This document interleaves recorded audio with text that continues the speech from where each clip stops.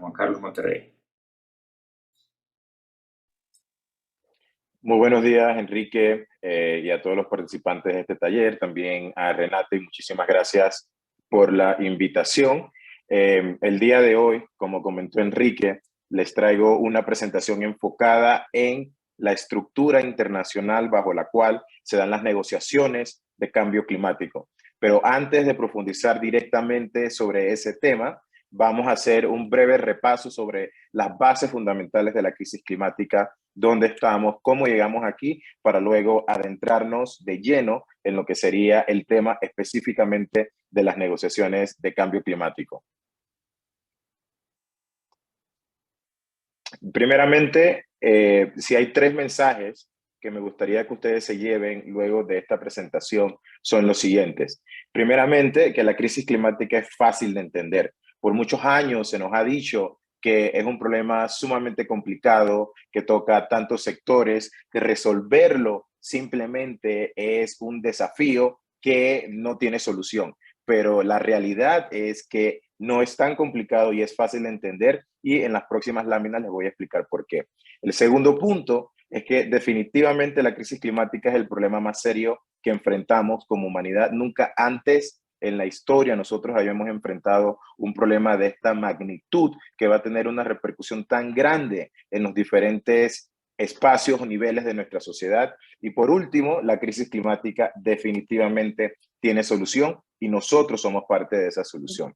En cuanto al primer mensaje sobre el hecho de que la crisis climática es fácil de entender porque en esta corta gráfica ustedes van a poder ver por qué. Todos sabemos que la quema de combustibles genera o incrementa el dióxido de carbono en la atmósfera y esto hace que la temperatura del planeta aumente. Esta es una ecuación sencilla que explica completamente la complejidad de la crisis climática y nos ayuda a entenderla de una forma muchísimo más fácil. Ahora bien, es importante también recordar o repasar cómo es que este calentamiento exacerbado por el incremento de gases de efecto invernadero en la atmósfera hace que el planeta o el sistema climático, por decirlo en palabras sencillas, se vuelva loco. Nosotros conocemos que existe de forma natural algo conocido como el efecto invernadero. El efecto invernadero es un efecto natural que ayuda al planeta a contar con un nivel de temperatura que ha hecho posible la vida en la Tierra.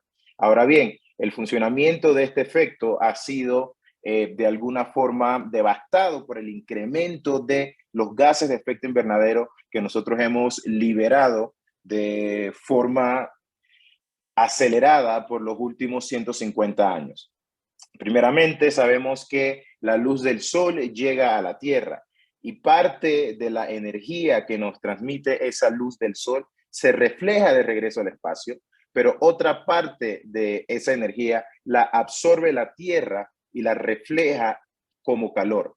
La mayoría de la energía la absorben gases de efecto invernadero y luego se reflejan en todas las direcciones. Pero recordemos lo que les mencioné hace un momento.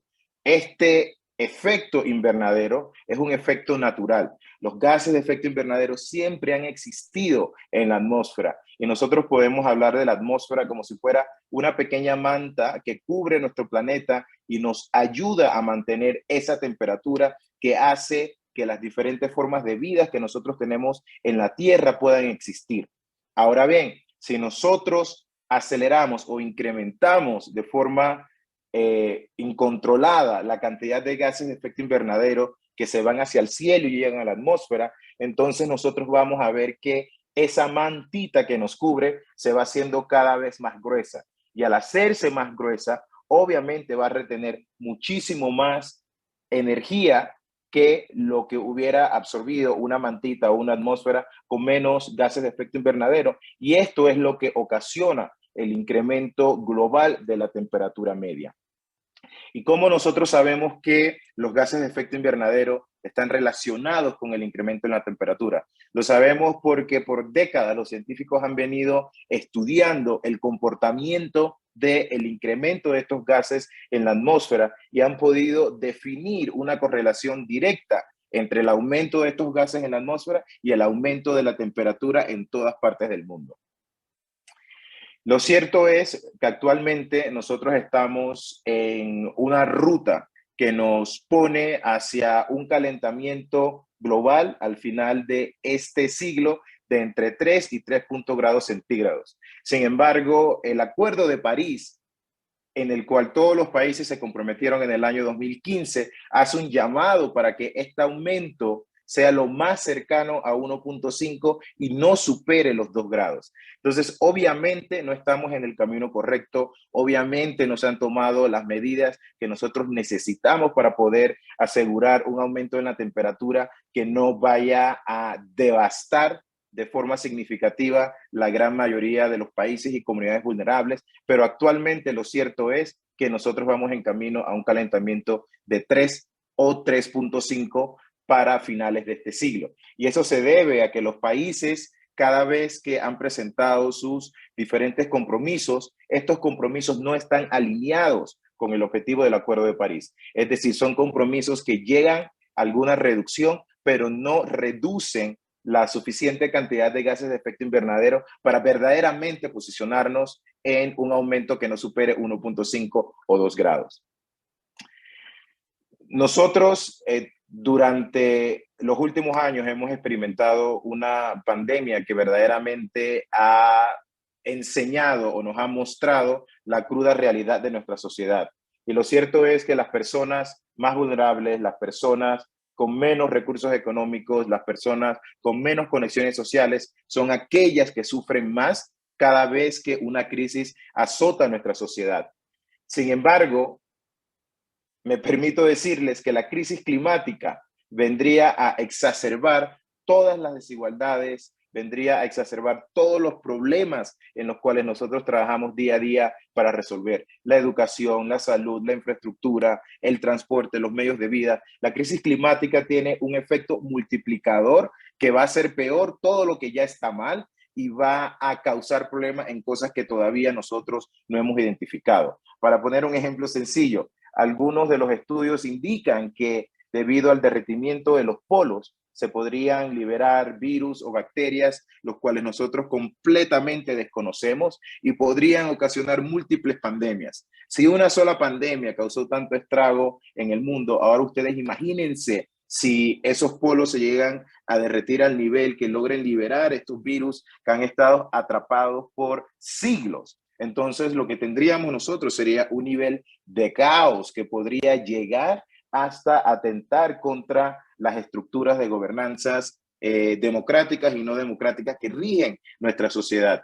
En diferentes partes del mundo, por ejemplo, en los países que rodean el lago Chad, se está viendo un ejemplo o un piloto de lo que serían conflictos sociales y conflictos armados derivados de la crisis climática. El lago Chad en los últimos 10, 15 años ha reducido el volumen de agua en casi un 90%, lo que ha ocasionado que las comunidades que viven aledañas a este lago tengan que formar grupos militantes para poder asegurar el acceso de sus pobladores a esa agua y evitar que pobladores que no son afines con sus comunidades puedan acceder a este recurso. Entonces, el fin último de la crisis climática sería un completo conflicto social total entre comunidades simplemente por acceder a recursos tan básicos como sería el agua, por ejemplo, en el caso de Chad.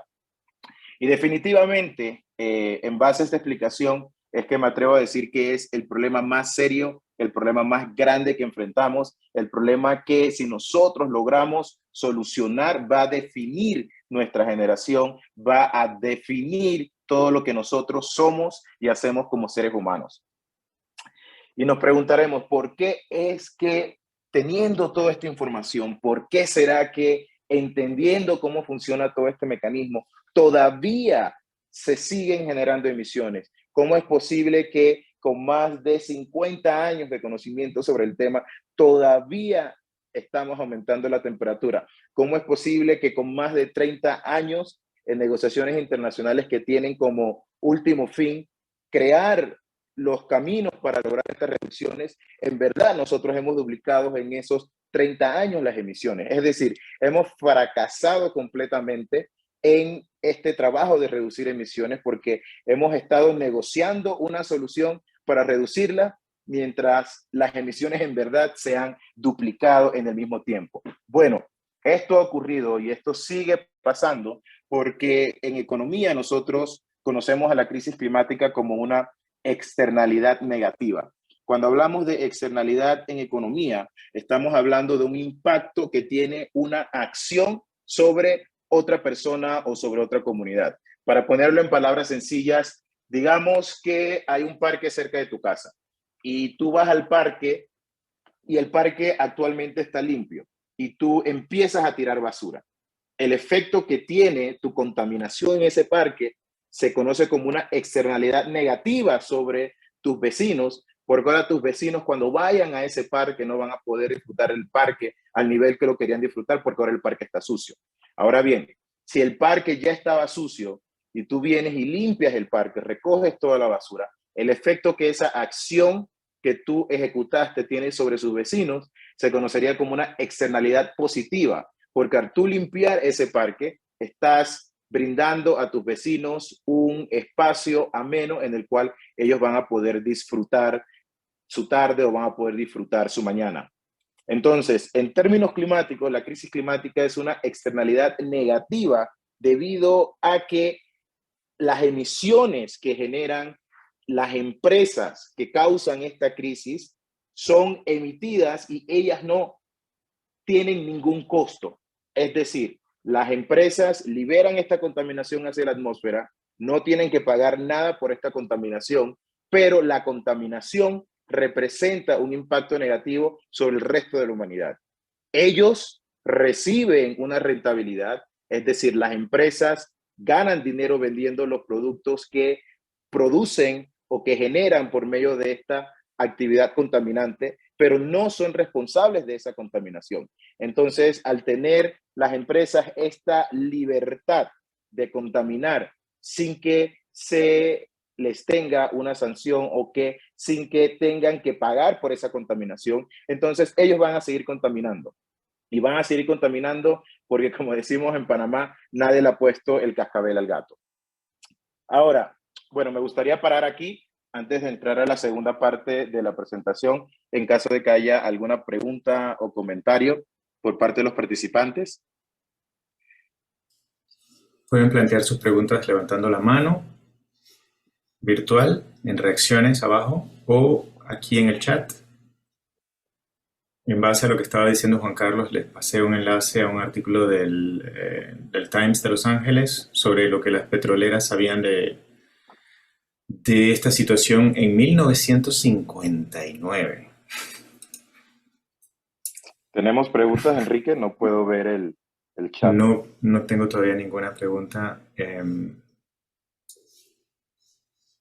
Dale, súper, continúo. Sí. Y bueno, lo que mencionas es de suma importancia porque las empresas petroleras fueron las primeras en darse cuenta de la magnitud de este problema y apenas sus científicos se dieron cuenta de esto, emprendieron una campaña mediática a nivel global para desinformar sobre el tema y además para comprar políticos que los ayudaran a evitar cualquier tipo de regulación. Es decir, las empresas petroleras sabían que esto iba a ocurrir y en los reportes, creo que fueron de ExxonMobil, que sus propios científicos redactaron, decían claramente que a mediados de 2050, si las emisiones por las petroleras seguían aumentando, esas emisiones podrían generar el colapso de la estructura económica y la estructura social global.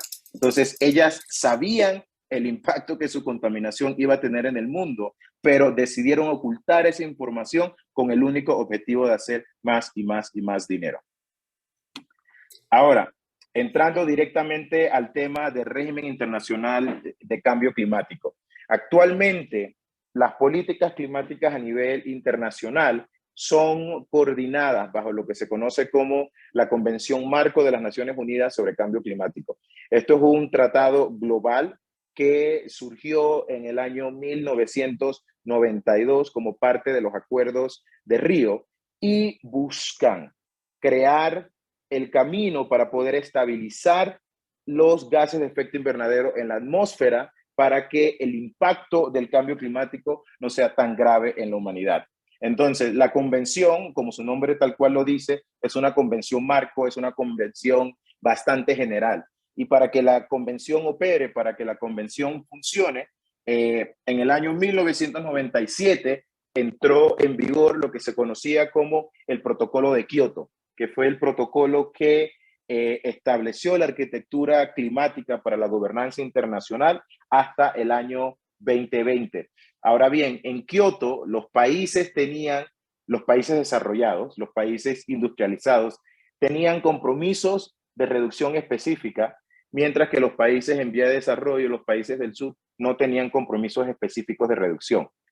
Ahora bien, muchos de los países desarrollados no cumplieron con sus compromisos. Estados Unidos se salió del protocolo de Kioto en menos de 5 años de que el protocolo entró en vigencia y llegó al poder americano una administración republicana. Entonces, el protocolo de Kioto hasta cierto nivel fue un fracaso. Fue un fracaso porque no ayudó a reducir las emisiones al nivel que nosotros teníamos que reducirlo. Ya hacia mediados de la década de los 2000, se sabía o se veía venir el hecho de que el protocolo de Kioto no iba a ser suficiente. Así que los países empezaron a encontrar vías para negociar otro tratado bajo la convención que dio vida a lo que hoy conocemos como el Acuerdo de París, que se firmó en el año 2015 en París. Sin embargo, el Acuerdo de París debió llamarse el Acuerdo de Copenhague, porque la expectativa era que un acuerdo de este tipo para regir la arquitectura climática post-2020 debía firmarse era en la ronda de negociaciones del año 2010 en Copenhague. Pero en esa ronda de negociación, los países desarrollados intentaron obligar a los países en vías de desarrollo a aceptar un tratado que solamente ellos habían escrito, que solamente ellos habían revisado, y la conferencia colapsó. Fracasó completamente debido a que el periódico The Guardian publicó un artículo mientras la conferencia estaban dando, diciendo todo este plan que tenían los países desarrollados para forzar a los países menos pobres hacia un tratado que en verdad no les beneficiaba. Así que hubo un periodo como de 3 años en el cual simplemente no había confianza en el proceso porque los países en vía de desarrollo simplemente no confiaban en los negociadores de los países desarrollados por decirlo así, por la cama que les habían montado en Copenhague. Eso hizo que el nuevo tratado, que hoy se llama el Acuerdo de París, se retrasara 5 años y no fuera firmado hasta el año 2015. ¿Y qué es el Acuerdo de París? ¿Qué dice el Acuerdo de París? El Acuerdo de París tiene 3 objetivos principales. El primer objetivo es mantener el incremento de la temperatura global muy por debajo de 2 grados centígrados y que no supere o perseguir o obligarnos a que el aumento no sea mucho mayor a 1.5. ¿Por qué 1.5? ¿Por qué 2 grados? Bueno, porque los países en vía de desarrollo estaban peleando por un objetivo de 1.5, mientras que los países desarrollados estaban peleando por un objetivo de 2, lo que llevó a un compromiso entre ambas fuerzas a que se incluyera una meta con 2 objetivos y con esta redacción que es bastante interesante, pero así es como funcionan las negociaciones. Es decir, el primer objetivo del Acuerdo de París es que tenemos que limitar el aumento de la temperatura global entre 1.5 y 2 grados. Eso tiene que ver con lo que se conoce en la gestión climática como mitigación. El segundo objetivo o la segunda meta del Acuerdo de París es crear las estructuras e incrementar la capacidad de adaptación de las comunidades vulnerables, de las economías y de toda la sociedad.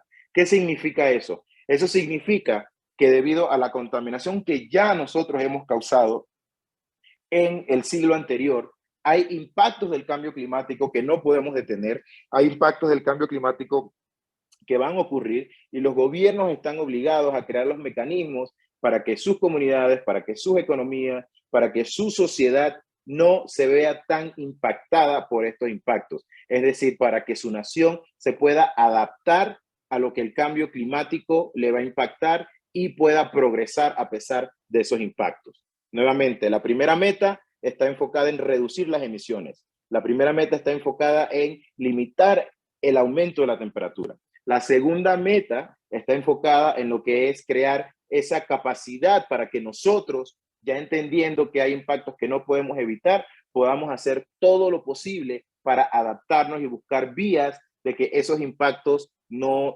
lleguen a nosotros de una forma tan abrupta que colapsen el funcionamiento de nuestras estructuras de gobierno, economía y sociedad. El tercer objetivo, que muy interesantemente es el objetivo que menos se habla, es el objetivo al cual menos se le da financiamiento y es el objetivo, por decirlo así, más oscuro, es el de alinear el sistema financiero global con el objetivo 1 y 2. ¿Qué quiere decir el objetivo 3? Que el dinero manda. Y si nosotros no creamos una estructura financiera global que verdaderamente apunte hacia reducir emisiones, que verdaderamente apunte hacia la construcción de resiliencia, entonces no estamos haciendo nada. Y lamentablemente al día de hoy, el objetivo número 3, que es el objetivo habilitador del 1 y el 2, es, por decirlo así, el más desamparado. Es en el cual siento yo menos se trabaja, menos capacidad existe, porque es un objetivo que verdaderamente tiene que ver con el sector privado y tiene que ver con ese cambio de estructura en los incentivos perversos que, como les mencioné en los slides anteriores, le permite a un sector privado poder contaminar, generar rentabilidad sin tener ningún tipo de sanción o sin tener ningún tipo de responsabilidad. Entonces, ¿cómo dentro del Acuerdo de París nosotros nos vamos a asegurar de que estos tres objetivos o de que estas tres metas sean alcanzadas? El Acuerdo de París, en sus diferentes componentes, tiene un mecanismo que se conoce como el mecanismo de cumplimiento o el mecanismo de ambición. Cada 5 años se va a llevar a cabo un proceso exhaustivo de compilación de información que se conoce como el balance mundial. Y el balance mundial nos debe decir a nosotros cómo nosotros vamos en cuanto al progreso colectivo para el cumplimiento de la meta del límite de temperatura, para el cumplimiento de la meta de incremento de la adaptación y para el cumplimiento de la meta del alineamiento de los flujos financieros con la meta de mitigación y la meta de adaptación. Entonces, cada 5 años se va a llevar este proceso en el cual se va a compilar información y se va a publicar un reporte que nos diga a nosotros para cada objetivo cómo nosotros estamos encaminados. Entonces, ese balance, ese reporte, este ejercicio se va a alimentar primeramente de lo que se conoce como compromisos climáticos o contribuciones determinadas a nivel nacional. Bajo el Acuerdo de París, los países en el mismo acuerdo no tienen compromisos específicos de reducir, porque a diferencia del protocolo de Kioto, el Acuerdo de París busca que cada país, en base a sus capacidades, proponga cuáles son las acciones que va a poder implementar para abordar el tema del cambio climático. Recuerden que bajo Kioto le daba obligaciones o reducciones específicas a países desarrollados, pero bajo el Acuerdo de París, el país mismo es quien decide cuánto y cómo va a reducir, cuándo y cómo va a adaptar a su nación y cuáles son los pasos que va a tomar para iniciar el alineamiento de los flujos financieros con una visión climática.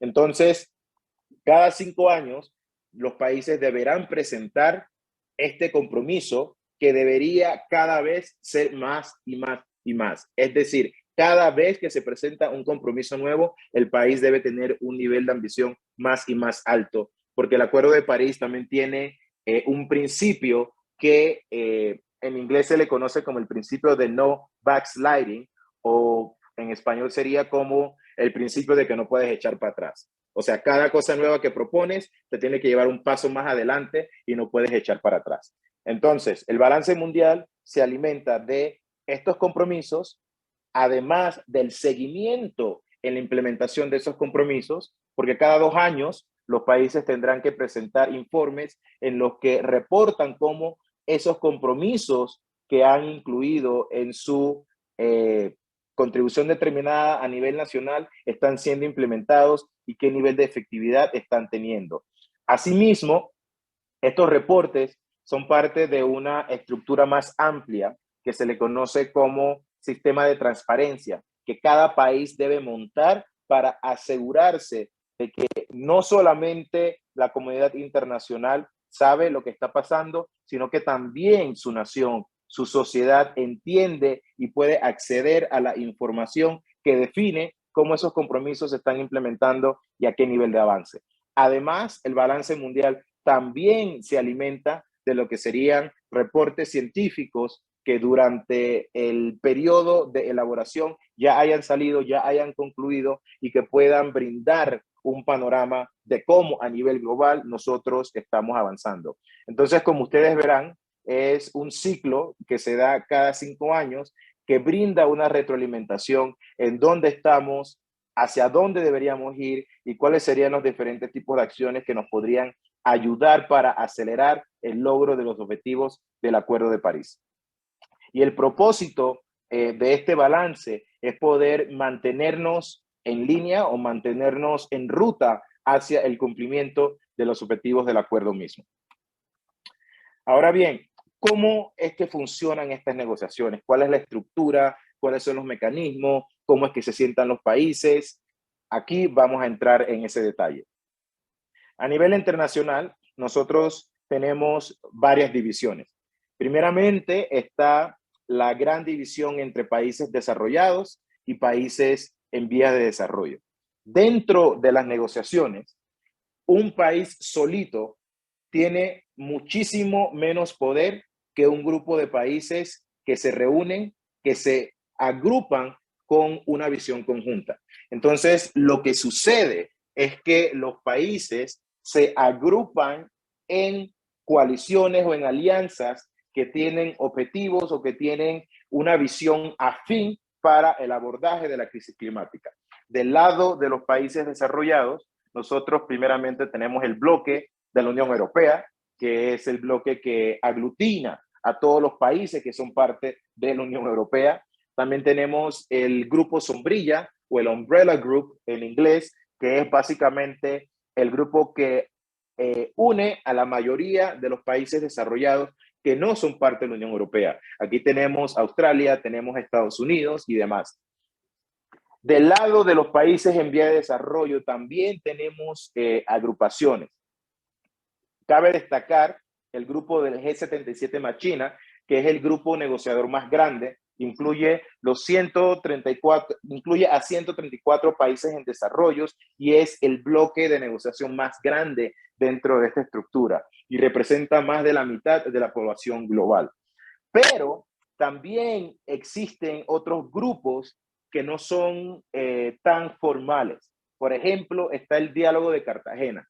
Y como recuerdan que les conté hace un momento que en el año 2010 deberíamos haber firmado el acuerdo internacional, que hoy se llama Acuerdo de París, pero se debió llamar Acuerdo de Copenhague.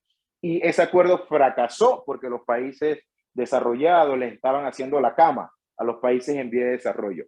Y debido a ese nivel de desconfianza que surgió en ese momento, se generó este grupo informal que se conoce como el Diálogo de Cartagena. Y básicamente, grupos de países desarrollados y no desarrollados que querían verdaderamente avanzar en esta lucha, decidieron agruparse de manera informal para conversar y para poder empezar esa construcción de la confianza necesaria, que fue lo que llevó a la firma del Acuerdo de París.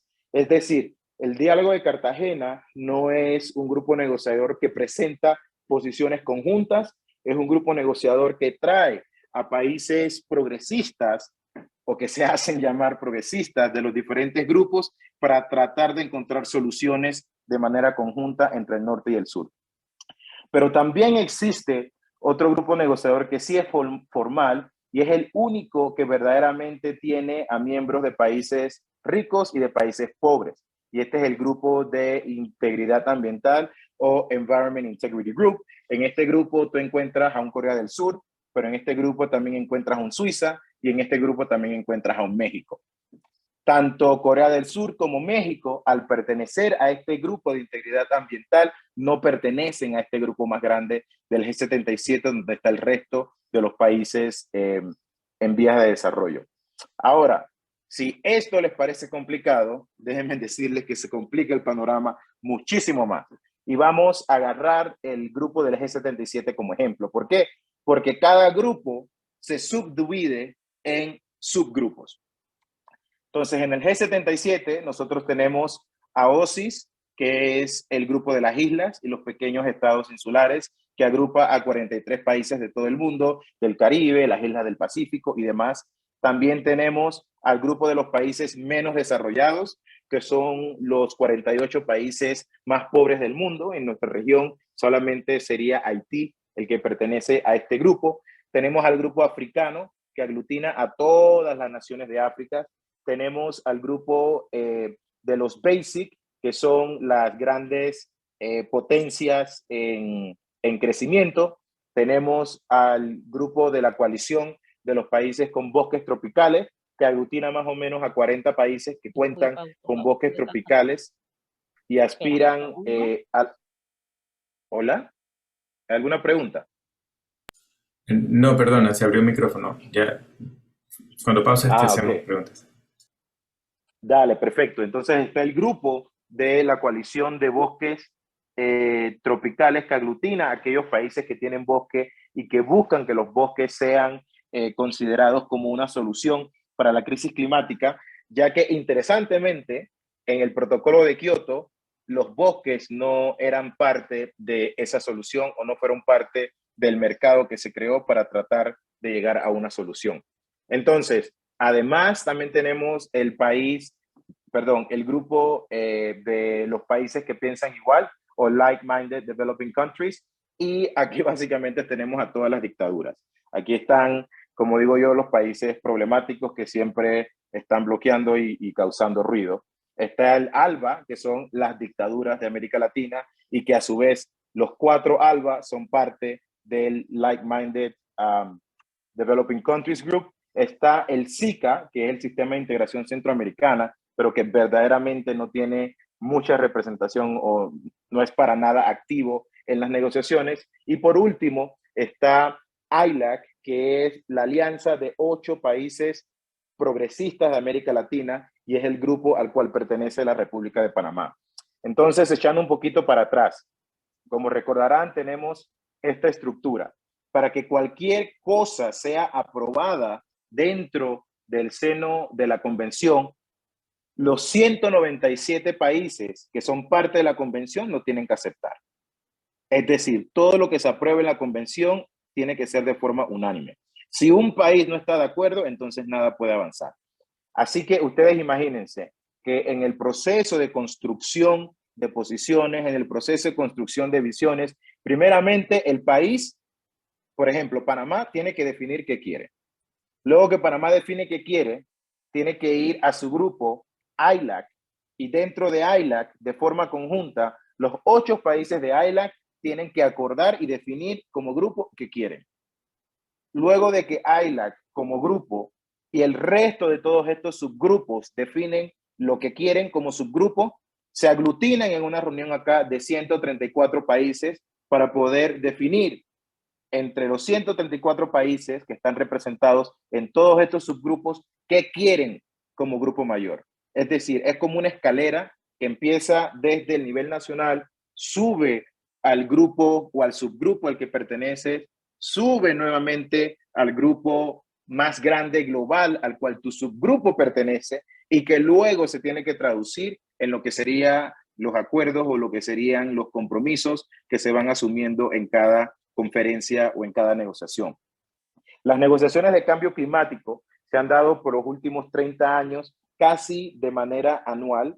El COVID causó una pausa, ya que obviamente no nos podíamos reunir de manera presencial por la problemática de la pandemia, pero nos hemos reunido en 29 ocasiones, perdón, en 26 ocasiones en los últimos 30 años y todavía, como les comenté, no estamos alineados con el cumplimiento de la meta original de la convención. Ahora, Como les dije que todo se complica y que todo se tiene que decidir por unanimidad, el próximo slide les muestra cómo son las interrelaciones entre todos estos grupos. Entonces, por un momento, aprecien esta complejidad de que los diferentes grupos también pueden tener algún nivel de sobreposicionamiento. Es decir, hay países que pueden pertenecer a varios grupos a la vez. Si nos vamos aquí, por ejemplo, al caso de Cuba. Aquí tenemos a Cuba, que está dentro del grupo ALBA, pero que Cuba también pertenece al grupo de los países que piensan igual o los like-minded developing countries. También tenemos, vamos a buscar otro caso por acá, el caso de Libia, que pertenece al grupo africano, pero que también pertenece a otro grupo que a veces se activa, que es el grupo de la OPEC o el grupo de los países petroleros o los países que producen combustibles fósiles. Entonces, hay un nivel de complejidad sumamente grande dentro de estas negociaciones, porque al final, para acordar, así sea una coma, así sea un punto, así sea una frase que en verdad no dice nada, que es simplemente vacía y es como para repellar, todo este engranaje tiene que estar de acuerdo, todos los subgrupos, todas las conexiones, todo el mundo tiene que estar alineado con eso.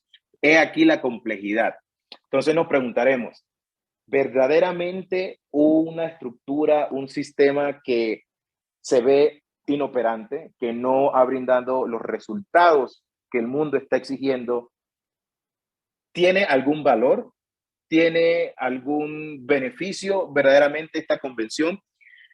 El beneficio que yo veo personalmente es el hecho de que es el único espacio en el mundo donde todas las naciones tienen una silla en la mesa de discusión. No existe ningún otro espacio dentro de la estructura global que permita a todos los países sentarse para hablar sobre este tema y tratar de encontrar una solución conjunta. ¿Es eficiente? No. ¿Ha funcionado? No muy bien, pero sí tiene cierto nivel de valor. Y muy personalmente también siento yo que para que esta estructura funcione de una mejor forma, para que esta estructura verdaderamente incremente su nivel de eficiencia, nosotros necesitamos a más gente joven dentro de estas estructuras. Y las necesitamos porque somos nosotros los jóvenes, la presente y las futuras generaciones, los que vamos a sufrir los impactos más graves del cambio climático. Y somos nosotros los que tenemos la mayor urgencia para resolverlo, porque al final son nuestras vidas las que van a ser afectadas. Entonces, parte del trabajo que yo hago, full enfocado en liderazgo juvenil y alineado con la representación que tuvimos el año pasado en la COP de Glasgow, es incrementar la participación de jóvenes dentro de estos espacios. Y hay varios programas que han venido surgiendo desde el año pasado para apoyar esto. Un programa en el cual yo estoy involucrado como asesor se llama el Programa de Negociadores Jóvenes, y básicamente este programa va a financiar la participación de más de 30 jóvenes negociadores de más de 27 países de todo el mundo que van a llegar a las negociaciones con responsabilidades, que van a llegar a las negociaciones con una urgencia muchísimo mayor de poder resolver esto. Y creo yo que a medida que nosotros vayamos incrementando no solamente la participación juvenil, sino que la participación de jóvenes con liderazgo dentro de sus delegaciones, quizás nosotros vamos a poder mover esto hacia adelante y quizás nosotros vamos a poder alcanzar resultados más eficaces en el transcurso del tiempo. ¿Cuál es el problema aquí? Que tampoco tenemos mucho tiempo para esperar, ya que la problemática, como les mostré al inicio de la presentación, es bastante grave. Quiero parar aquí por si hay alguna pregunta. Sí, tenemos dos preguntas. También en la gráfica anterior no vi al grupo AOSIS representado. Mira, es este de acá, SIDS. Es Ok. que unas siglas están en inglés y las otras están en español. Ok, ok. AOSIS es en español y acá está en inglés. Ok. Gracias. Mira, tenemos una pregunta de Yariela. Déjame buscarla, está más en el chat, me perdí. Una forma de incentivar a las empresas a no contaminar serían las bonificaciones o incentivos. ¿Qué otra forma se puede implementar?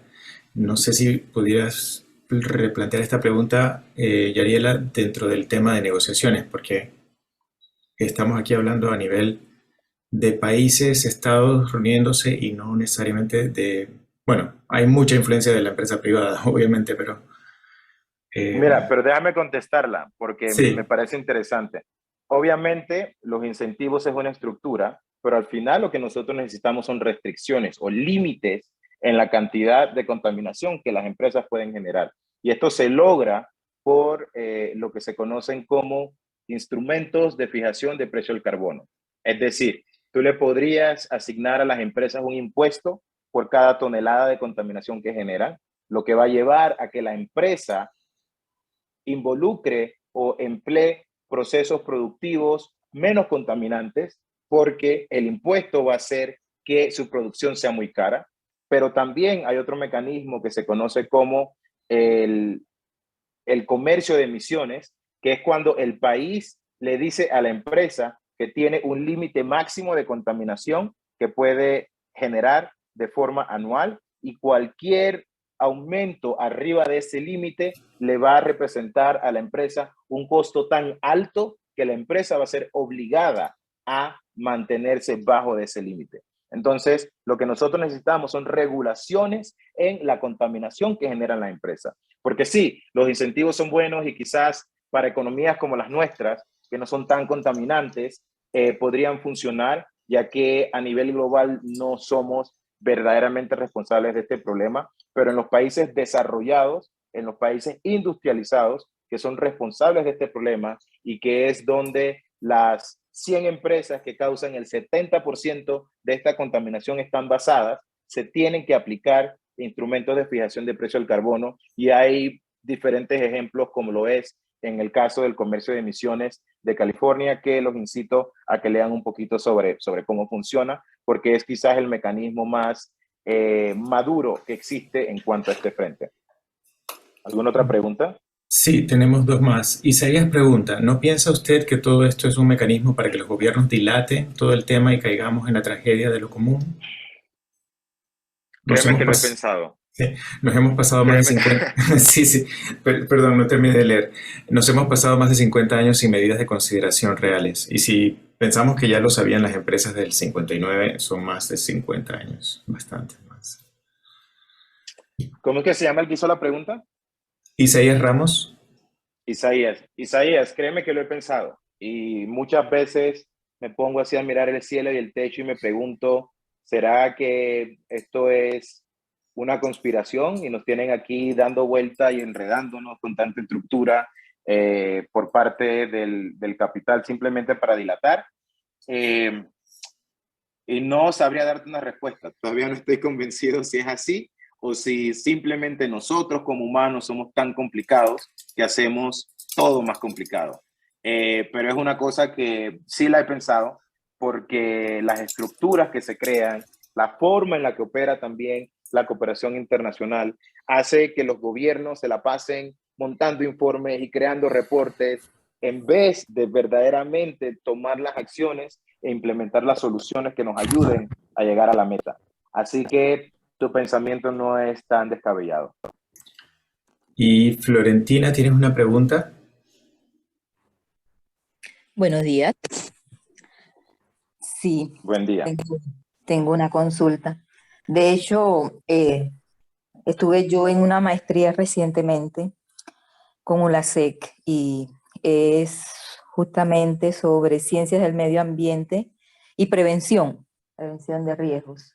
Y yo me quedé esperando así como que alguien que tuviera una formación así de completa y más que todo que estuviera involucrado en este tipo de negociaciones.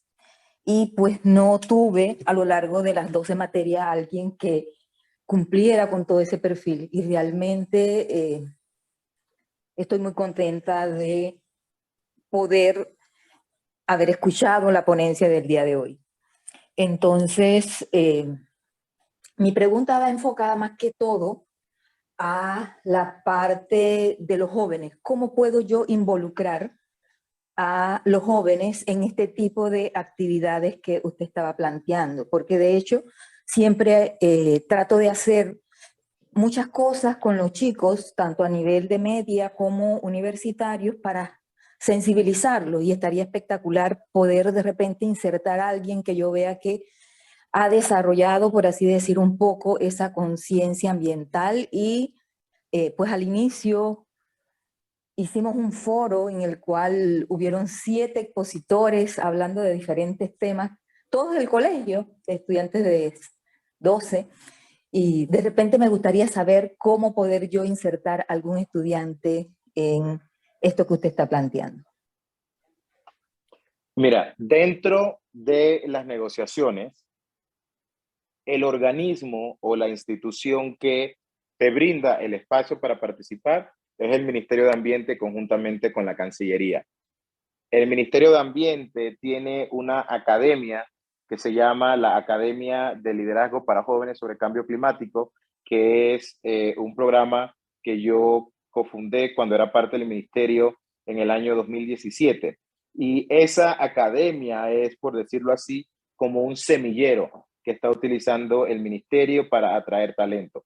Así que, primeramente, yo te diría que estuvieran atentos de las convocatorias cuando se dan estas academias, porque si tú ahorita vas a ver la planilla o la lista de analistas que están participando en el tema de cambio climático del Ministerio de Ambiente, y si vas a ver la lista de negociadores, un número significativo de analistas y de negociadores vienen de esas academias.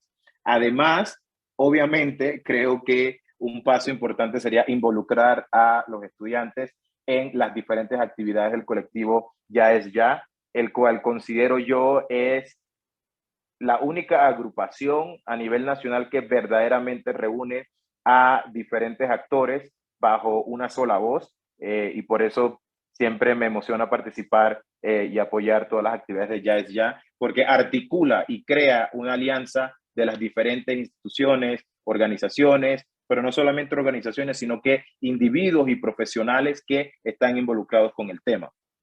Por otro lado, yo recomendaría que le digas a tus estudiantes que se pongan a estudiar el tema, y en Internet hay un sinnúmero de recursos que pueden encontrar. Hay una página que se llama UNCC Learn, UNCCLEARN, y dentro de esa página hay unos cursos certificados por las Naciones Unidas en los cuales los estudiantes pueden aprender a su propio ritmo todos los diferentes temas relacionados con el cambio climático, desde mitigación, desde la adaptación, desde el financiamiento, desde los impactos, desde la relación con los bosques, con los océanos y las negociaciones. Entonces, tú al tomar ese curso, el mismo sistema te genera un certificado o un diploma amparado por la ONU de que tú cumpliste con el curso y tú pasaste los diferentes exámenes que ellos ponen ahí. Esas serían las 3 cosas que yo te recomendaría para que inculques en tus estudiantes. El tema del curso lo pueden tomar cualquiera persona sin importar la edad. La participación en la academia del Ministerio de Ambiente está limitada para jóvenes a partir de 18 y creo que hasta 35 años, me parece. Y tenemos... Perdón. Muchísimas gracias. Sí, ahí les apunté la versión en español, UNCC Learn, L-E-A-R-N, perdón, .org, diagonal ES, diagonal. Tenemos otra pregunta de Isaías y después de eso ya seguiríamos. En Panamá, nos dice Isaías, ¿se está utilizando el concepto de carbono cero para implementar y aumentar los límites de contaminación por parte de diferentes sectores? No sé si es una pregunta Panamá, o una... perdón. En Panamá, ¿se está utilizando el concepto de carbono cero para implementar y aumentar los límites de contaminación por parte de algunos sectores, así como que no se hagan responsables de situaciones como el tráfico de barcos, deforestación por parte de particulares, manejo inmobiliario y minería metálica? Mira, lo que se ha creado en Panamá hasta el momento es las bases legales para estructurar un sistema bajo el cual las empresas puedan compensar parte o el total de la contaminación que generan de forma anual. Esto se le conoce como el Mercado Nacional de Panamá. Y este mercado tiene tres componentes. El primer componente, que es el más desarrollado, es el programa Reduce tu Huella Corporativa. Y el programa Reduce tu Huella Corporativo es básicamente un proceso estandarizado para que empresas panameñas puedan medir su huella de carbono, puedan implementar acciones para reducirlas y puedan acceder a lo que se conoce como bonos o créditos de carbono para limpiar parte o el total de su contaminación. Ahora bien, ese es un programa voluntario hasta la fecha. La expectativa es que para finales de esta década ese programa se vuelva obligatorio para empresas contaminantes dentro de las industrias más contaminantes. Es posible que a futuro nosotros contemos con límites de contaminación para estas empresas, pero lo que se ha montado hasta el momento es la base legal y un programa piloto que nos debe de generar la información y los datos necesarios para poder crear regulaciones estrictas y obligatorias en el mediano plazo. Eso es lo que tenemos actualmente en Panamá. Y el programa apenas tiene operando 2 años. A la fecha hay 169 empresas registradas y me parece que en el primer año 52 empresas recibieron un reconocimiento por haber calculado su huella de carbono en línea con el estándar técnico del programa. Y se espera que el otro año sean más de 100, ya que 169 se han registrado. Y pueden entrar a la página rth.miambiente.gov.pa y ahí pueden ver toda la información relacionada con el programa, pueden ver la lista de todas las empresas que están participando de forma voluntaria en este programa.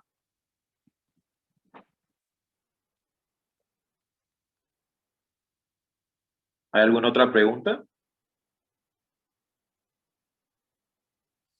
Perdón, no, por ahora no. Listo. Entonces, vamos a profundizar un poquito sobre la estructura de trabajo del grupo ILAC, la Alianza Independiente de Latinoamérica y el Caribe, que es el grupo en el cual pertenece Panamá, simplemente para que tengan un bocado de cómo operan estos grupos. El grupo ILAC tiene como objetivo generar posiciones coordinadas, ambiciosas y progresistas dentro de los países que lo conforman. Lo interesante del grupo ILAC es que el grupo ILAC se le ve dentro del plano de las negociaciones como un grupo intermedio. Es decir, es un grupo que no se apega tanto a esta división de ricos y pobres, de desarrollados y de en vías de desarrollo, y es un grupo propositivo, es un grupo que busca encontrar soluciones, es un grupo al cual los países ricos se les acerca para pedir ayuda, consensuando posiciones con los países pobres, y un grupo al cual los países pobres se les acerca para pedir ayuda, consensuando posiciones con los países más desarrollados. Y esto se debe a la dinámica de negociación por la cual el grupo se ha caracterizado por muchos años por ser un grupo propositivo. Ahora bien, ser propositivo y tratar de hacer cosas bien también lleva a que muchos países en vías de desarrollo hablen o piensen de ILAC como un vendido, como un grupo que está muy cercano a las grandes potencias o un grupo que apoya en ciertas circunstancias a los países desarrollados. Pero el posicionamiento de ILAC es que si bien los desarrollados son los responsables de esto y los que más acciones tienen que tomar, ILAC dice, pero también todos tenemos que tomar más acciones, no solamente los países ricos, todos, hasta los países en vías de desarrollo, también tenemos que tomar más acciones porque cada granito cuenta. Ahora, ese discurso a veces choca con países en vías de desarrollo que solamente quieren decir que los países ricos, que los países ricos, que los países ricos. Pero ILAC dice, sí, los países ricos tienen que liderar y tienen que tener las mayores acciones, pero nosotros, los países que no somos tan ricos, también tenemos que hacer cosas. Entonces, esa es la gran diferencia de ILAC con otros grupos. La membresía de ILAC la componen países de América Latina y el Caribe. En ILAC nosotros tenemos a Honduras, a Guatemala, a Panamá, a Costa Rica, a Colombia, a Chile, a Perú y a Colombia. Y todos estos países comparten una visión conjunta bajo la cual negocian como grupo. Por ejemplo, el año pasado, cuando yo era jefe negociador de Panamá, yo coordinaba dentro de ILAC lo que se conoce como la agenda de ambición. ¿Qué quiere decir esto? Todos aquellos pasos o todos aquellos mecanismos que nos deben ayudar a nosotros a reducir las emisiones de forma más rápida. Cada vez que ILAC quería decir algo, yo hablaba en nombre de esos 8 países, porque así es como funcionan los grupos de negociador. Para cada tema dentro del grupo se seleccionan a coordinadores que pueden venir de diferentes países y esos coordinadores están capacitados o validados para representar no solamente a su país, sino que para representar a los otros países que componen su grupo en una temática específica. Asimismo, ILAC busca y aspira a que los compromisos climáticos que presenten los países que son miembros de ILAC, primeramente se presenten en tiempo, pero segundo, sean verdaderamente ambiciosos en línea con sus responsabilidades comunes pero diferenciadas. Entonces, ¿qué fue lo que ocurrió en la última COP? ¿Qué fue lo que se logró? ¿Cuáles fueron los resultados? ¿Y qué se espera de la próxima COP que se va a llevar a cabo en Sharm el Sheikh, Egipto, en noviembre próximo? Bueno, fueron varias cosas que surgieron de la COP26 de Glasgow.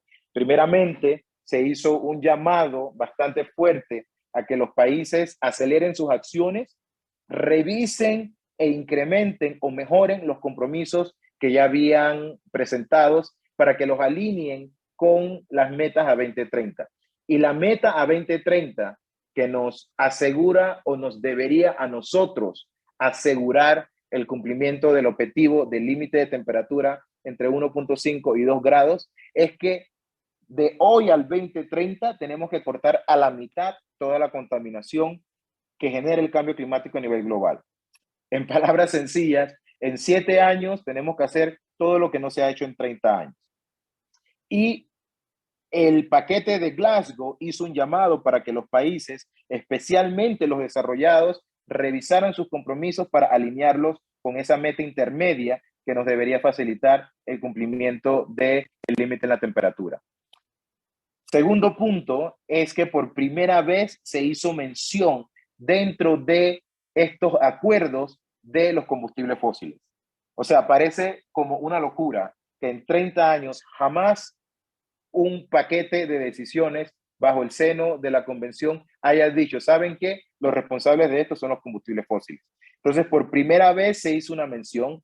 Ahora bien, a último minuto, esa mención fue, por decirlo así, diluida.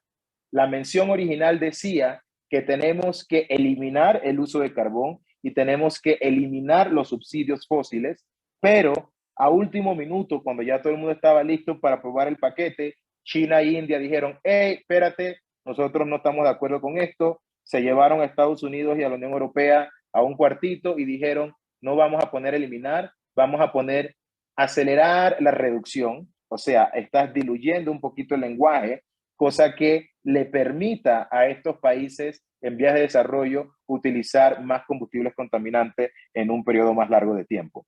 Si ven, una cosa es eliminar, o sea, es un mandato directo, hay que eliminar y todo el mundo se tiene que encaminar hacia eliminar estos combustibles de su matriz energética, pero ellos dijeron no, no queremos la palabra eliminar, queremos la frase acelerar la reducción, es decir, bajarle la velocidad en la cual se ejecutan estas soluciones.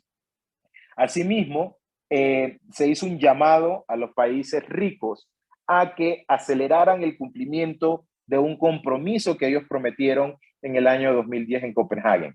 En el año 2010, los países ricos dijeron que para el 2020 le iban a dotar a los países menos desarrollados 100.000 millones de dólares al año para que puedan afrontar el cambio climático en su región. Lo cierto es que en ningún año los países más ricos han donado 100.000 millones y ya estamos entrando en el espacio para la negociación de la nueva meta de financiamiento, porque esta meta de financiamiento se tenía que cumplir al 2020 y ahora tenemos que diseñar una nueva, pero ni siquiera se ha cumplido la meta vieja. Así que nuevamente entramos en un espacio donde hay muy poca confianza, donde los negociadores del norte y del sur simplemente no creen en el uno y el otro. Así que es un espacio bastante fuerte esa sala de negociación en los temas de finanzas. Y además, también el paquete de Glasgow dio como resultado un libro de reglas básicas para lo que sería la creación de un mercado de carbono global bajo el Acuerdo de París. Ahora, ustedes están viendo, por ejemplo, que en estos resultados hay un sinnúmero de temas. Hay temas de ambición que tienen que ver con reducción, hay temas de carbón, hay temas de financiamiento, hay temas de mercado. Y esto se debe a que durante la COP hay una agenda y esa agenda puede tener un sinnúmero de ítems. Esa agenda puede tener 30, 40 ítems y cada ítem se negocia en una sala separada. ¿Qué te da a entender esto? Que los países que tienen delegaciones grandes tienen una mayor capacidad de incidencia porque pueden meter a un representante en cada sala. Ahora, los países pequeños que no tienen delegaciones tan grandes no pueden estar presentes en todas las salas y a veces hay cosas que se escapen. Al final, cuando llega el paquete completo de decisiones, que pueden ser, no sé, 30, 40 páginas, que se tiene que aprobar, hay países que lo aprueban sin siquiera entender todo lo que eso contiene, porque no tuvieron la capacidad de estar presente en todos los espacios. Entonces, he aquí la importancia de verdaderamente contar con una delegación que pueda estar presente en los espacios de mayor interés o los espacios prioritarios para el país en cuestión. Esto para hablar un poquito sobre el hecho de que a veces cuando los países, o bueno, Panamá tiene delegaciones grandes, en los medios salen muchas críticas de que el montón de gente que se llevaron, pero eso se debe a que se necesita contar con gente presente en 20, 15 o 30 salas que están negociando al mismo tiempo un tema específico. Ahora, ¿cuáles son las expectativas o los resultados esperados para esta COP27 en Egipto? Primeramente, nuevamente se va a empezar o a accionar esta conversación sobre el pago de los 100.000 millones al año por parte de los países desarrollados. Esa va a ser una pelea sumamente difícil, especialmente porque les comenté que ya se tiene que negociar una nueva meta sin siquiera haber cumplido la meta anterior. También hay un tema que se llama el tema de pérdidas y daños, que es un tema sumamente contencioso. ¿Y a qué me refiero con pérdidas y daños? Ya les dije que el cambio climático va a generar impactos que ya no podemos evitar porque simplemente contaminamos tanto en el último siglo que esos impactos son no evitables. Y eso significa que nosotros nos tenemos que adaptar.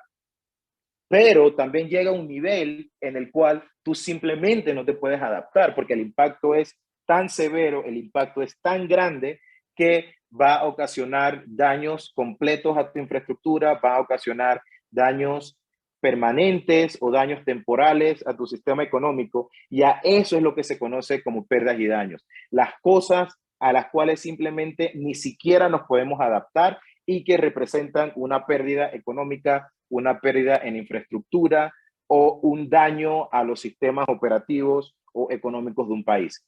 Entonces, ¿qué es lo que están pidiendo los países en vías de desarrollo? Ellos están diciendo, mira, a mí tú me estás afectando en infraestructura.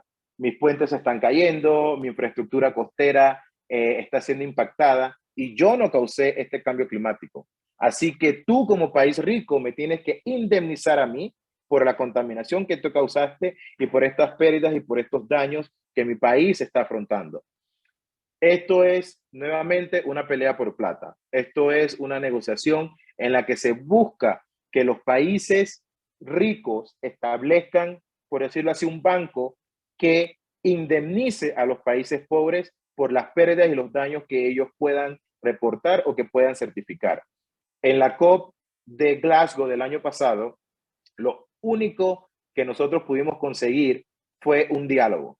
Y un diálogo que es una conferencia para hablar sobre pérdidas y daños, para saber cómo estaba la situación. Pero honestamente, los países en vía de desarrollo no necesitan una conferencia más para saber que estamos perdidos y que estamos dañados. Entonces, la pelea de este año es poder lograr que se establezca este banco para brindar indemnizaciones a los países más pobres. Nuevamente, estas son indemnizaciones para las cosas a las cuales tú no te puedes adaptar. Esto es plata aparte de esta meta de financiamiento que les estaba incluyendo arriba. O sea, esto es para todo lo que simplemente se va a devastar y tú no puedes recuperar.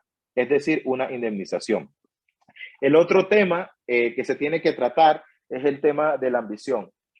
¿Qué creen ustedes que ha ocurrido? Obviamente ninguna nación poderosa ha actualizado su compromiso en línea con lo que nos pide la ciencia y en línea con lo que nos exige el paquete de Glasgow. Entonces va a haber una pelea muy fuerte porque aún nosotros estamos muy fuera de la meta que debemos alcanzar en cuanto a temperatura. Como les dije, la meta va entre 1.5 y 2 grados. Sin embargo, si todos los compromisos de todos los países se implementan de forma efectiva, sin ningún tipo de problema, la ciencia nos dice que quizás nosotros logremos limitar en 1.8. Pero el escenario en el cual las cosas no van a ir tan bien como se proyectan, nos podría llevar a un aumento de 3 o de 3.5. Entonces ahí va a haber una pelea nuevamente de responsabilidades sobre quién tiene y debe reducir más y cuándo específicamente en los próximos 7 años que nos quedan antes del 2030. Y por último, un punto que no incluí aquí es que se tienen que seguir negociando las reglas del mercado internacional de carbono. ¿Y qué es el mercado internacional de carbono?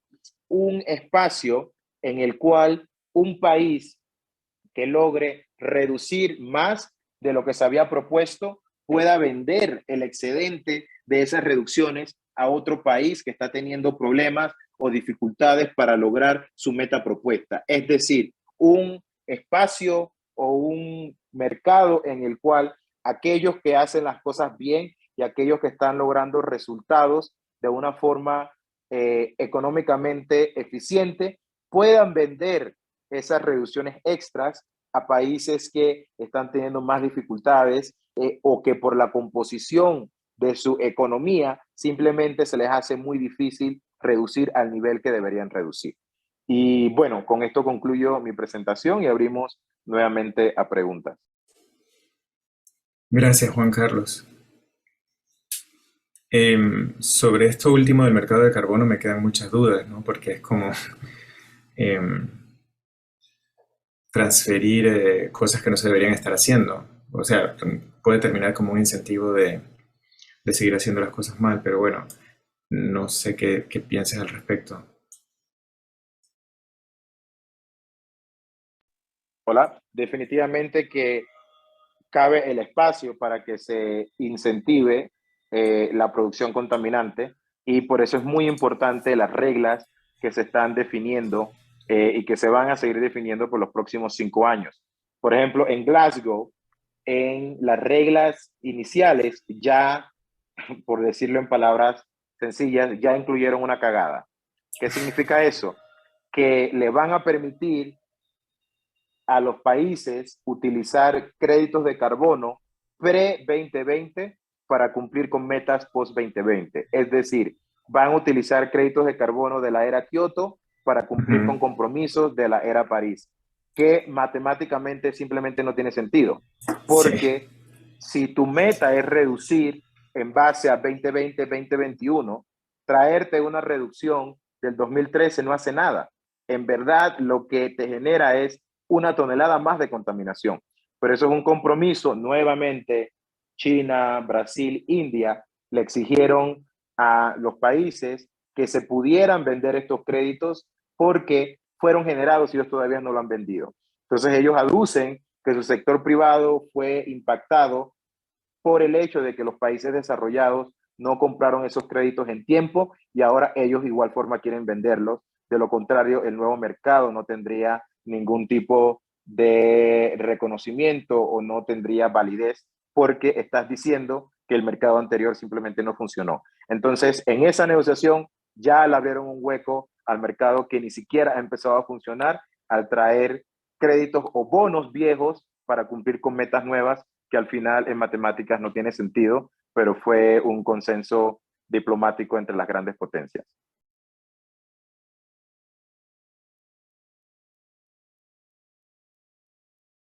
Y bueno, cabe destacar que Panamá se opuso rotundamente a que eso se diera, al punto que hacia el final de las negociaciones nosotros quedamos solos. Es decir, nosotros tuvimos que salirnos de las posiciones de ILAC porque ILAC decidió apoyar lo que era este greenwashing y nosotros como Panamá dijimos no, nosotros no vamos a apoyar eso.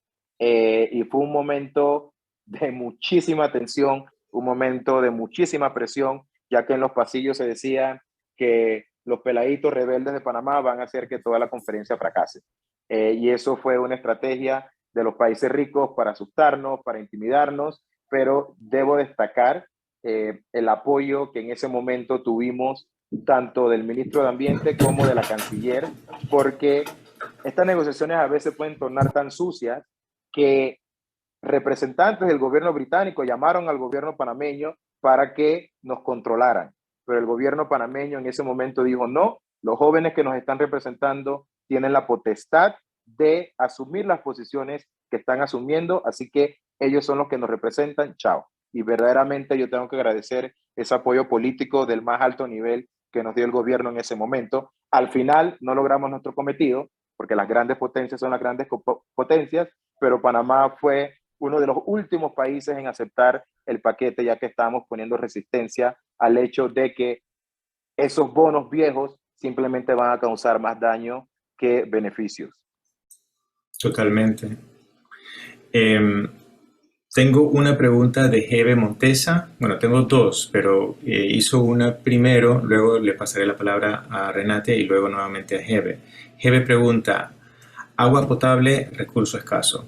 ¿Qué se ha hecho para lograr que industrias como gaseosas cambien su sistema de uso y limpieza donde gastan mucha agua, agua que le hace falta a los estratos sociales bajos?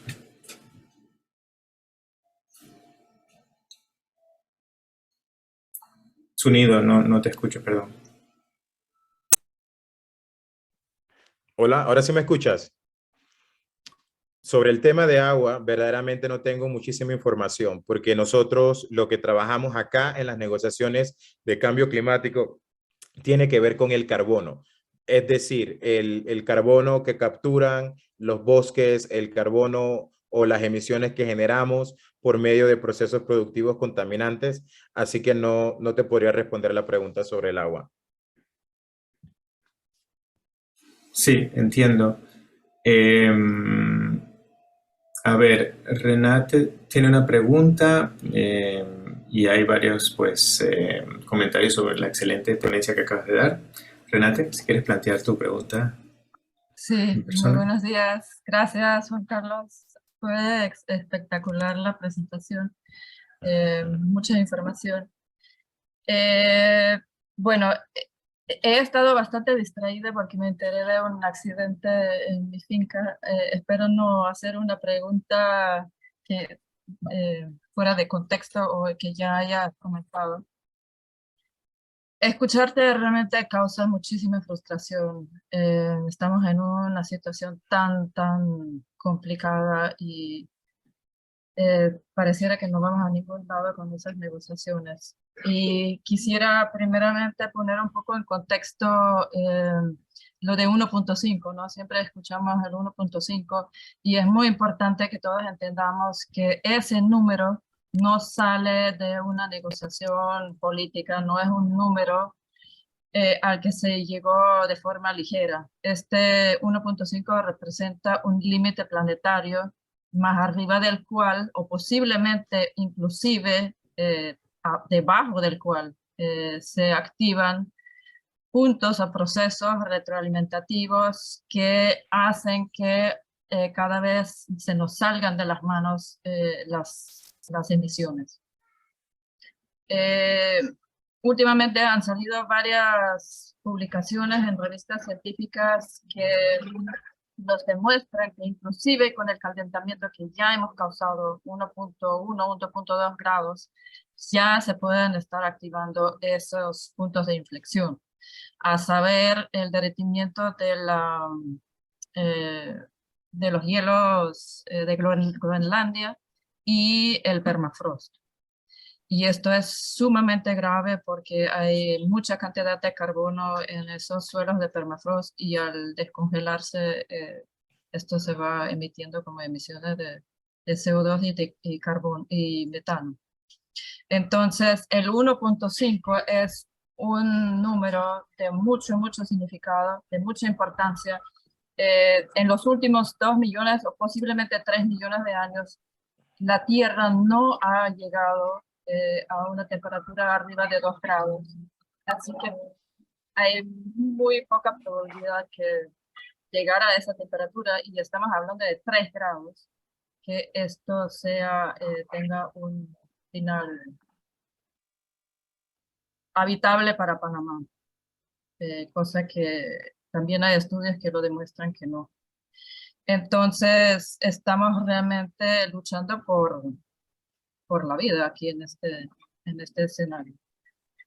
Y quisiera hacer una pregunta más puntual y es sobre las negociaciones de los 100 billones de dólares que vemos que no está aterrizando. Entonces, creo que sabes que hay una campaña que nace de países del sur y del cual el nuevo presidente de Colombia es un portavoz, para decirlo de alguna forma, y es deuda por clima.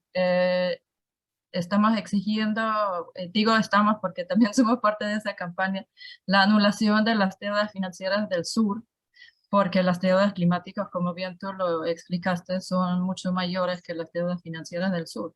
Mi pregunta es si tú ves alguna posibilidad, porque sabemos que el presidente Petro va a llevar esa propuesta a la COP27, si tú ves alguna posibilidad de que Panamá también tome el mismo camino y que esto realmente pueda tomarse en cuenta en las negociaciones de la COP. Mira, mira, yo creo que definitivamente el instrumento de deuda por clima es uno de los instrumentos que debería ser incluido dentro del paquete de financiamiento, ya sea para temas habituales o para el tema de pérdidas y daños. Desconozco cuál es la posición de Panamá. Actualmente yo soy parte de la delegación de Panamá, pero cumplo un rol específico dentro de la convención como vicepresidente para la implementación. Es un rol en el cual ya no me toca, por decirlo así, pelear por Panamá, sino que me toca moderar y asumir una posición independiente, una posición neutra para facilitar las negociaciones y llegar a acuerdos comunes. Entonces, no te podría decir actualmente cuál es la posición específica de Panamá, pero si el presidente Petro tiene esta visión, lo más seguro es que la visión ya haya sido presentada dentro del bloque ILAC y algo se debe estar manejando. Pero esa sería una pregunta que le deberías hacer más al equipo negociador del Ministerio de Ambiente, que son los que están desarrollando las posiciones para la COP27. Pero definitivamente es un mecanismo que debería ser utilizado. Ya hay ejemplos claros de mecanismos similares, como lo que era deuda por naturaleza, en el cual en Panamá tenemos varias experiencias ya comprobadas. Entonces, lo que yo siento es que no hay una sola solución. O sea, tenemos que implementar 1000 cosas a la vez para poder llegar a la meta, y definitivamente que yo apoyo el tema de canje de deuda por acción climática. Sí, sería un instrumento maravilloso, porque muchos de los apoyos que se están dando es por más deuda, o sea, son préstamos, como la mudanza de Gardi Suidup en Cunayala a tierra firme, es contra más deuda, más endeudamiento. Hace poquito Dinamarca hizo un fondo para pérdidas y daños, y me parece como una bofetada, porque son 100 millones de coronas danesas, que equivale a 13 millones de dólares. O sea, pagas un puente quizá, si vas a pagar infraestructura. Entonces, realmente tenemos que lograr que los países desarrollados asuman sus responsabilidades también. Definitivamente. Tengo otra pregunta de Hebe. ¿Los estudios de impacto ambiental deberían estar a cargo de personas probas que actúen como síndicos, perdón, a través de un ente gubernamental igualmente con probidad. No sé, Heber, si Mira, quieres plantear tu pregunta. yo del tema de impacto ambiental de los estudios verdaderamente no conozco mucho tampoco. Como les comentaba, mi expertise está mucho más enfocado en lo que es el carbono y en lo que es las negociaciones internacionales. Sin embargo, sí debería empezar a incluirse dentro de estos estudios de alguna forma la contaminación causante del cambio climático que podría generar el proyecto o la infraestructura que se está planteando dentro de estos estudios, porque al final es un impacto que hoy esos estudios no están capturando. Me parece que ya hay una resolución que apunta hacia que esto se dé, pero todavía no existe un estándar nacional para que las empresas dentro de esos estudios puedan incluir esta contabilización para que luego esa contabilización sea parte del análisis que se ejecuta para poder brindar la aprobación o no.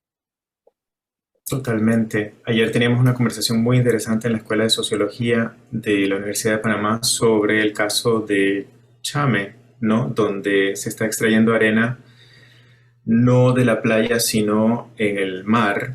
Pero claro, esa extracción de arena a través de botes, de barcos con sifones, están sifoneando arena, eh, causa aludes submarinos o subacuáticos que a su vez están impactando las costas de Chame. Entonces las casas se están perdiendo y eso pues la gente piensa que es por cambio climático, crisis climática, y posiblemente también tenga un elemento de eso, pero lo menciono porque ahí hay una acción concreta, comercial, que está teniendo un impacto que a lo mejor más bien va a vulnerabilizar esas comunidades ante el cambio climático, porque van a perder, pues ya están perdiendo eh, terreno ante el mar por esos aludes subacuáticos y eso probablemente les vulnerabilice aún más en cuanto a la crisis climática. Entonces, todo el término de lo que estás hablando de pérdidas y daños debe estar ya presente en los estudios de impacto ambiental, pienso yo.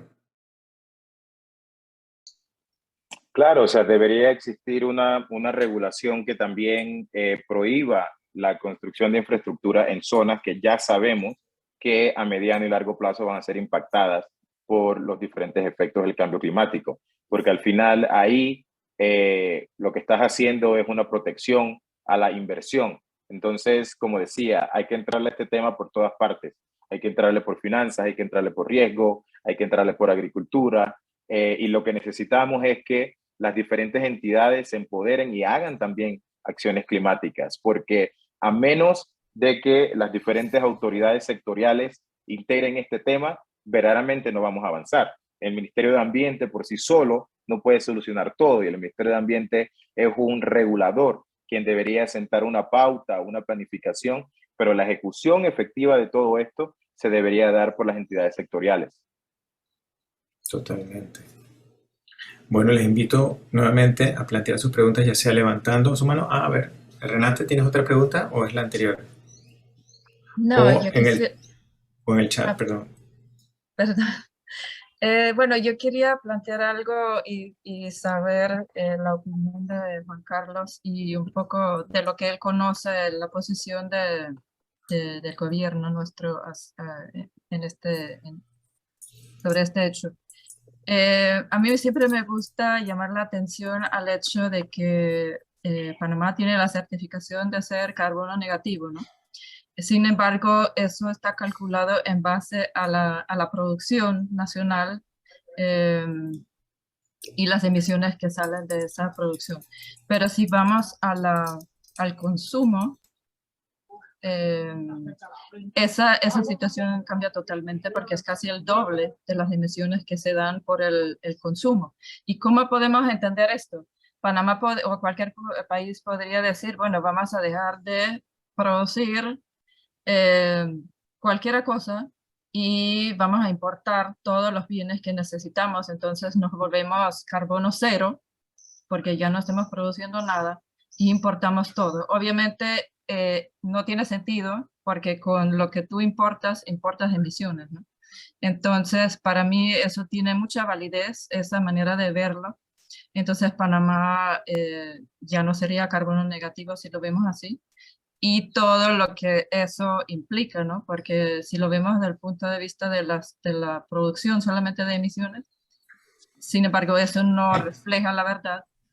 Nos estamos engañando y estamos vendiendo bonos que realmente no corresponden a la realidad. Y eh,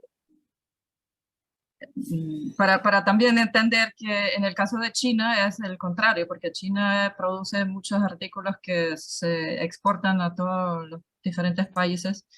Por lo tanto, las emisiones de China, muchos son de producción, pero no de consumo nacional. Y si lo vemos así, las emisiones de China se reducen, creo que en un 40%. A ver qué tú opinas acerca de esto, Juan Carlos. Bueno, tal cual tú mencionas, Renate, todo depende de la metodología.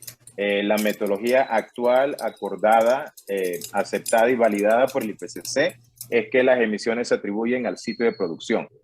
Por eso es que las emisiones de Panamá son tan bajas, ya que en Panamá no tenemos grandes industrias que generen tanta contaminación, y la contaminación que se genera, nuestros bosques ayudan a capturarla y a limpiarla. Pero definitivamente que es una conversación súper interesante. Ahora, si tú me preguntas, ¿cambiaría esa metodología en el futuro cercano, mediano? Lo dudo, porque habría muchísima resistencia por parte de los países desarrollados, más que nada, para este cambio, pero sí, depende de la metodología. Y la actual es que las emisiones se les atribuyen al país donde se produce. Es decir, todo lo que consume Panamá, que también genera emisiones ese consumo, se le atribuye al país que produjo ese bien que luego llega a Panamá, pero la emisión se queda con el país. La conversación ahí interesante sobre emisiones en este rubro tendría que ver con la flota marítima panameña.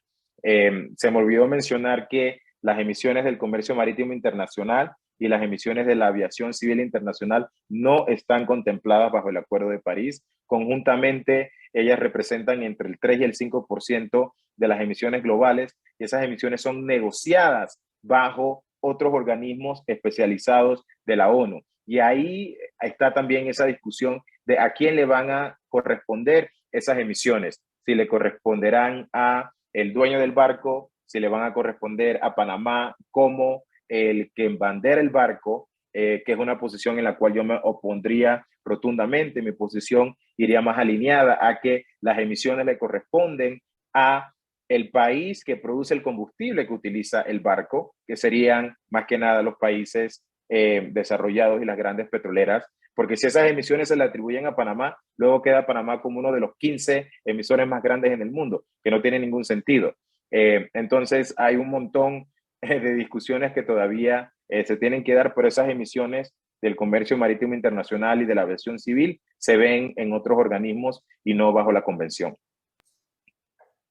Como mencionamos al inicio de la charla, bueno, Kioto se convirtió en un ponerle el cascabel al gato, y de alguna manera París se volvió el gato se tiene que poner el cascabel solito. Sí. Y eso es lo que en eso seguimos.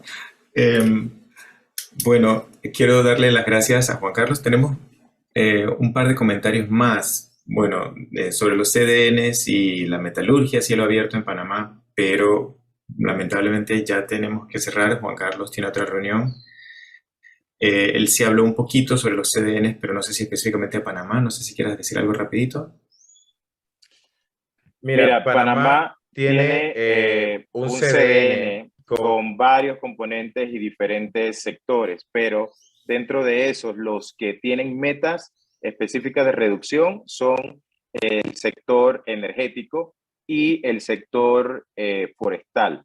Les voy a pasar por aquí el enlace del CDN panameño para que le puedan dar una ojeada, pero lamentablemente me tengo que ir porque tengo una reunión en 5 minutos y necesito tomar agua y estirarme.